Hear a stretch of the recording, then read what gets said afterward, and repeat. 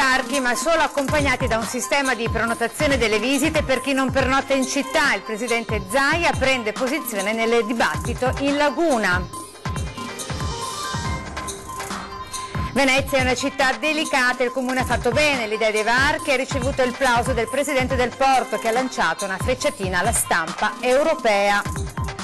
Udienza a Mose, Claudia Minutillo, ex segretaria di Galan, deve vendere la villa per far fronte alla confisca per l'equivalente che il giudice potrebbe applicare.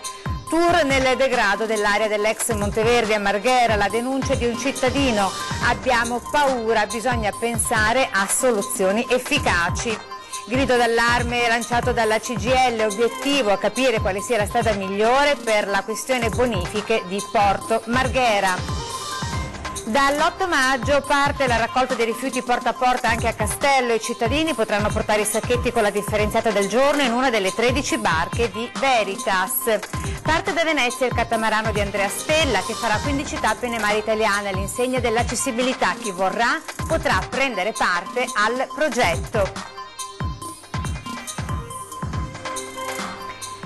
Edizione veneziana dei notiziari di Antenna 3, ben ritrovati. Sì ai varchi, ma solo accompagnati da un sistema di prenotazione delle visite per chi non pernotta in città. Il governatore del Veneto, Luca Zaia, prende posizione nel dibattito scatenatosi in Laguna dai nuovi varchi voluti dal sindaco Brugnaro. Allora sentiamo. Il presidente della regione, Luca Zaia, approva la sperimentazione dei varchi posizionati lo scorso weekend in Piazzale Roma e all'ingresso di Lista di Spagna. Un provvedimento, puntualizza, utile però solo se propedeutico a una soluzione più generale, quella di un sistema di prenotazioni per gestire l'afflusso dei visitatori giornalieri. Penso che il sindaco abbia fatto bene a porre la questione, è una questione che non deve dar vita a una guerra tra guelfi e ghibellini, cioè siamo tutti d'accordo che Venezia è un museo a cielo aperto, siamo tutti d'accordo che Venezia non può sopportare oltre un certo numero di turisti, poi potremo discutere sulla quantità di turisti. Quella delle prenotazioni, sostiene Zaia, è l'unica soluzione praticabile per porre un necessario limite alla folla in città, senza rendere Venezia accessibile solo ai ricchi. La possibilità di una visita deve essere garantita a tutti. Depurato da cittadini di Venezia, i residenti, coloro che alloggiano nelle strutture ricettive veneziane e coloro che lavorano a Venezia, ci resta una quarta categoria che sono i visitatori, cioè i giornalieri. Sui giornalieri si stabilisca un numero e si faccia in modo che la visita alla città sia prenotabile, come la poltrona al cinema, il posto al teatro, in treno o quant'altro. Non ci vedo nulla di trascendentale. Con la prenotazione, insiste il governatore, anche i tornelli avrebbero un senso. In ogni caso sarebbe un'alternativa preferibile all'arrivare a Venezia e trovarla chiusa perché ci sono già troppe persone. Eviteremo viaggi inutili a chi magari si ritrova il tornello chiuso e non sapeva di trovarlo chiuso. Eviteremo ovviamente magari folle che vanno a intasare la città. Rispettiamo tutti gli operatori turistici, gli operatori della città, ma soprattutto avremo anche un altro grande vantaggio, che tu hai una visita prenotata, rispetti la città e sappiamo chi sei. E sulla questione è intervenuto anche il presidente dell'autorità portuale, Pino Musolino, che ha lanciato delle frecciatine anche a certa stampa estera.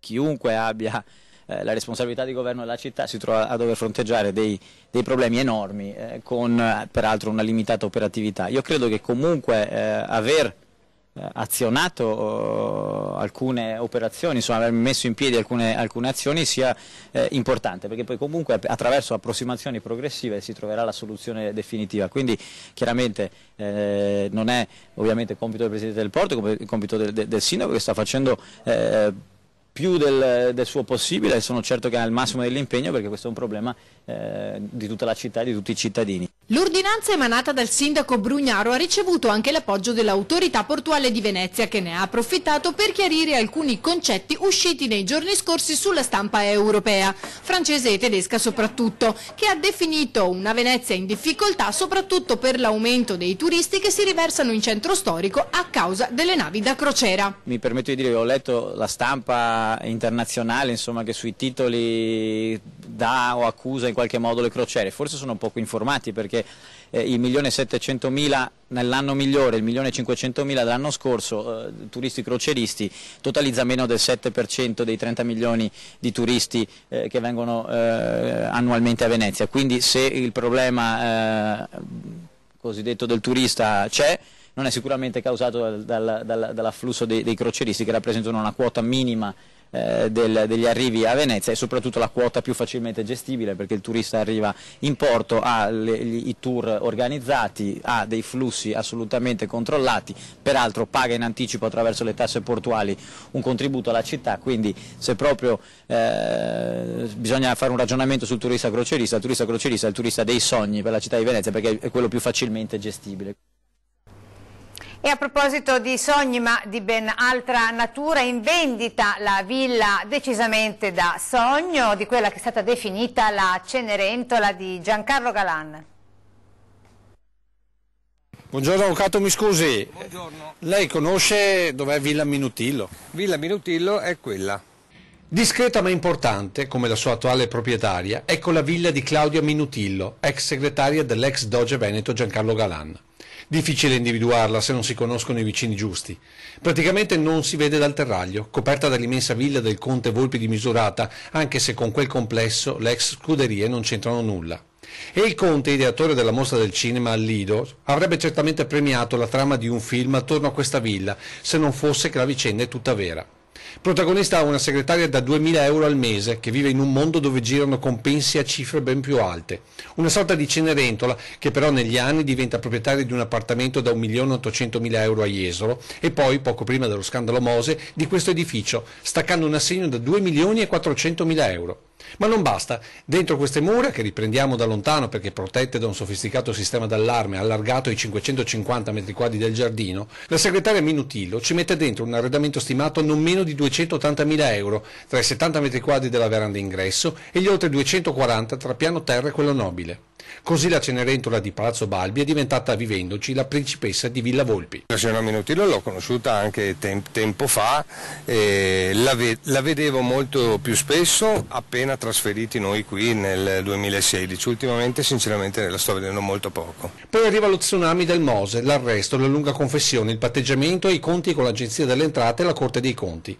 Ecco perché dopo quella di Jesolo anche questa villa è nel sito di una nota agenzia immobiliare in cerca di un nuovo proprietario. So che sono in corso delle trattative, questo lo so di per certo perché un conoscente l'ha appena visitata. Contesto importante, vicini come un miliardario americano e pare l'attuale presidente del Calcio Venezia. Per gli interessati la richiesta è di 2,5 milioni di euro, più o meno la stessa del 2016, quando pareva fosse già passata di mano. L'anno scorso era giunta voce che questa porzione immobiliare fosse stata acquistata da un messicano.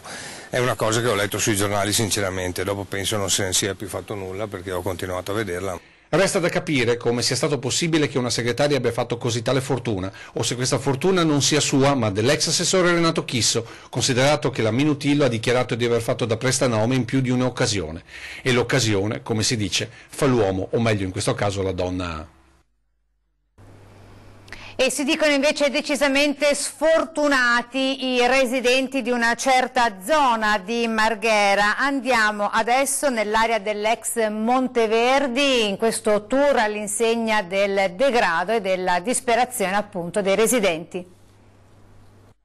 Sempre peggiorando. Mi hanno anche riferito a mio amico, mi hanno detto che l'hanno come minacciato passando con un altro amico sul sottopasso della paura, quello denominato della paura. Degrado, sporcizia, desolazione. Questa è l'area dell'ex Monteverdi in via Ulloa a Marghera. È la testimonianza di un cittadino che preferisce rimanere anonimo per paura di qualche ritorsione, ne è conferma.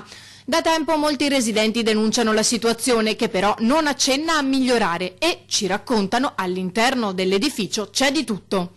Riuscire ad entrare non è difficile, come vedete basta scavalcare, non è molto alto, l'obiettivo è quello poi di raggiungere quella grata dove è stato creato un buco e poter entrare all'interno dell'edificio. E mentre il nostro tour continua tra biciclette abbandonate nell'erba alta e spazzatura di ogni genere, ci accorgiamo di un'altra cosa. A dimostrazione del fatto che all'interno ci siano delle persone che con tutta probabilità trascorrono qui la maggior parte del loro tempo, le finestre aperte. Su alcune di queste ci sono anche dei giornali, mentre d'inverno sono tutte chiuse. Come si vede nelle immagini girate da noi qualche mese fa, il nostro testimone lancia l'ennesimo messaggio all'amministrazione. Controlli sì, ci sono, però vediamo che non riescono a fare più di tanto, hanno le mani legate. Tanto sarebbe da mettere qui nella scuola Monteverdi delle recinzioni più alte, in modo che non entrano. Qua bisogna che Marghera sia più tutelata, che sia più controlli, anche sul degrado, i barbanera sotto il cavalcavia. Restiamo a Marghera con il grido d'allarme lanciato dalla CGIL, si pensi alla bonifica, dice il sindacato, si pensi alle industrie.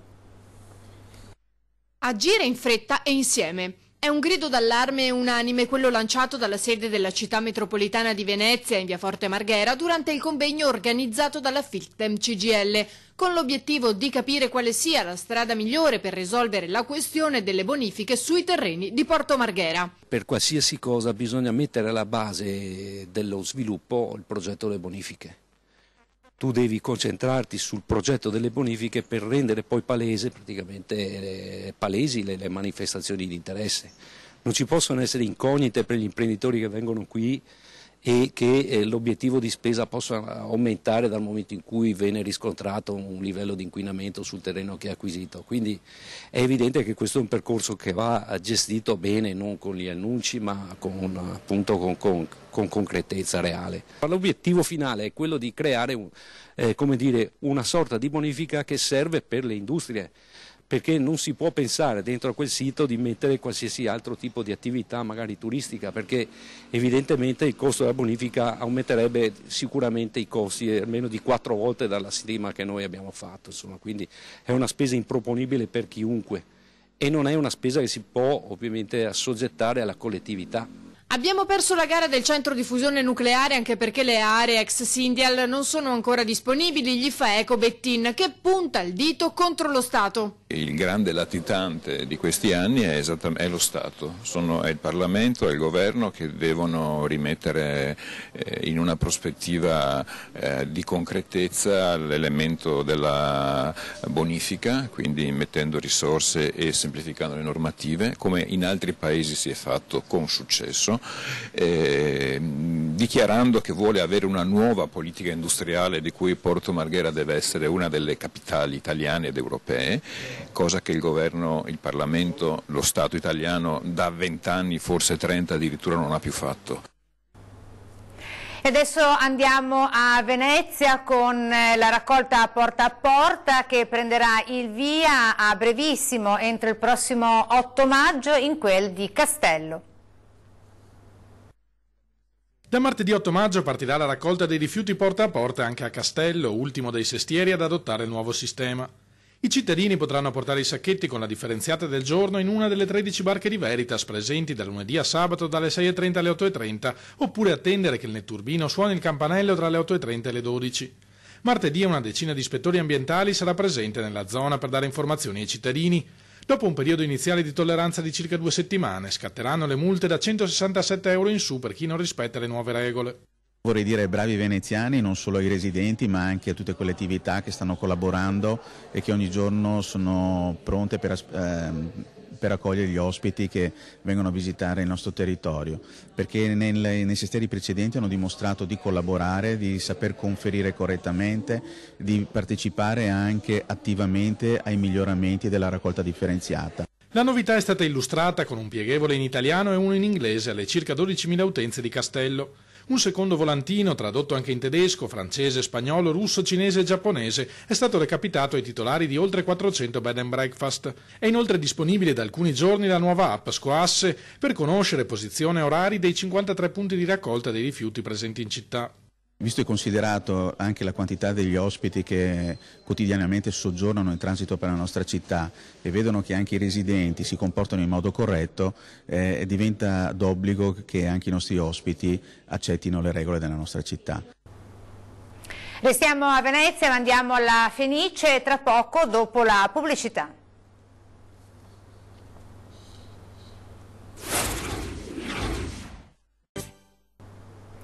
Eccoci nuovamente in diretta con l'informazione da Venezia e provincia. Ricordati alla Fenice i giornalisti vittime del terrorismo e delle mafie, ma anche quelli che tuttora continuano a subire intimidazioni e minacce per aver raccontato con le loro inchieste e il loro reportage la verità.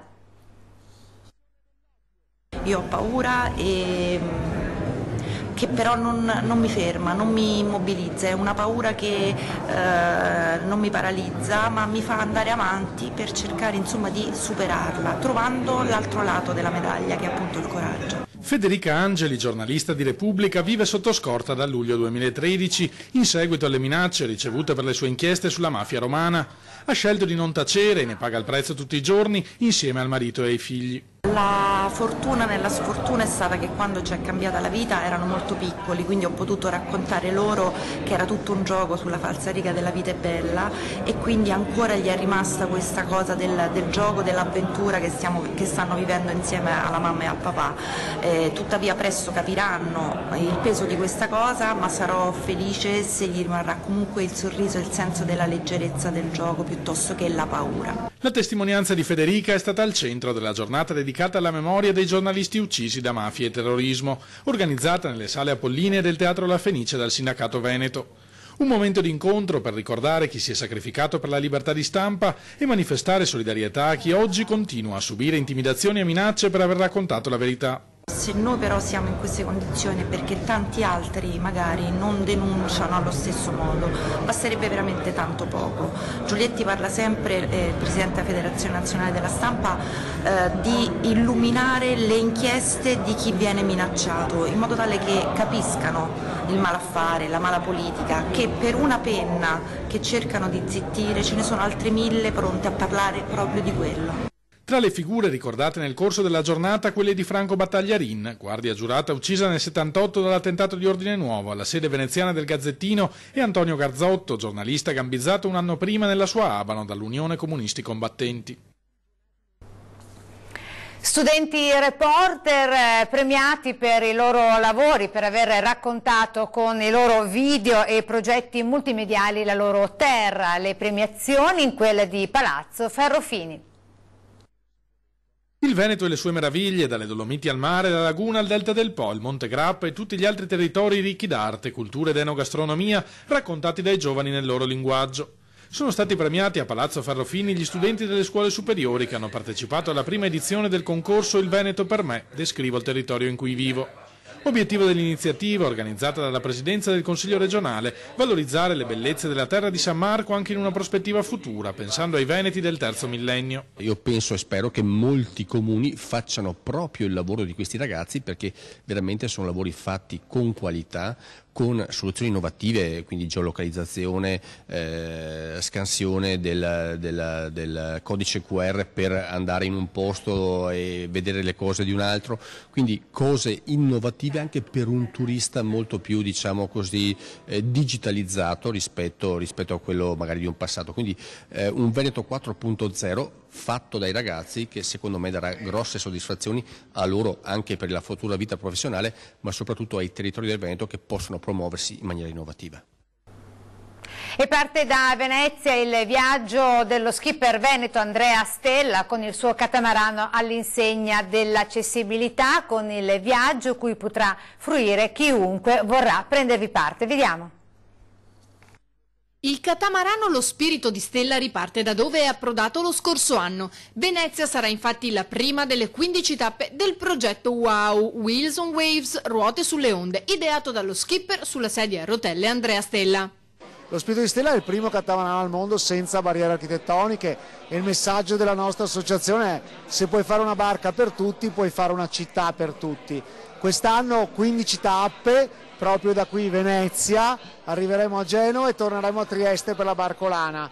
In questi 15 porti sosterremo per un totale di 70 giornate, dove daremo l'opportunità a più di 1000 persone di vivere una giornata di mare in modo completamente libero, autonomo, gratuitamente, e quindi di capire che dove non ci sono barriere non ci sono neanche limiti.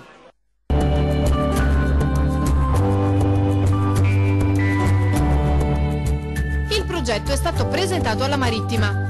Questo catamarano, ma questa esperienza, questa avventura, insomma, testimonia come non è impossibile, si può fare, bisogna però attrezzarsi, bisogna essere sensibili, quindi avere anche una cultura dell'accessibilità e mettere a disposizione anche delle persone quindi disabili le strutture, le attrezzature per poter condurre una vita normale, come sancisce anche la Convenzione dell'ONU. Un'occasione per sfidare i propri limiti, aperta a chiunque volesse farne parte inviando la propria richiesta nel sito www.wilsonwaves.com.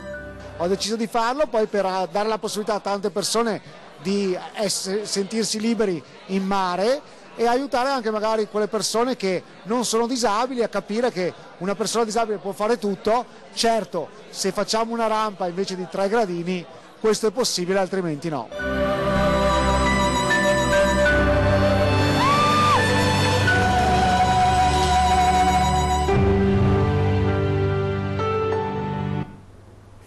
E con queste bellissime immagini, questo bellissimo messaggio termina qui l'edizione del notiziario di Venezia e provincia. Grazie per essere stati in nostra compagnia. Vi lascio con le previsioni meteo per questo fine settimana. Arrivederci.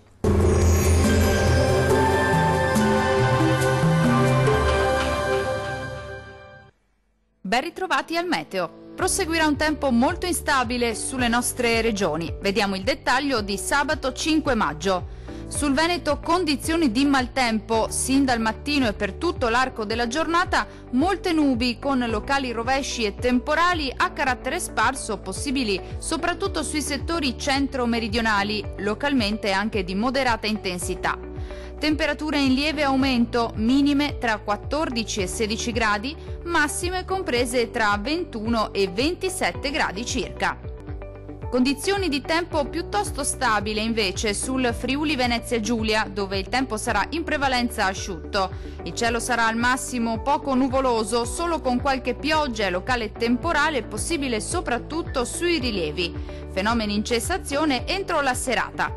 Temperature minime tra 15 e 17 gradi, valori massimi compresi invece tra 24 e 28 gradi. Il tempo sarà instabile sul Trentino Alto Adige, molte nubi sin dal mattino con qualche precipitazione anche a carattere sparso e localmente temporalesca. Migliorerà lievemente con fenomeni in cessazione già entro la nottata. Temperature minime tra 14 e 16 gradi, valori massimi compresi invece tra 23 e 25 gradi. Dal meteo di Antenna 3 per ora è tutto. Arrivederci al prossimo aggiornamento.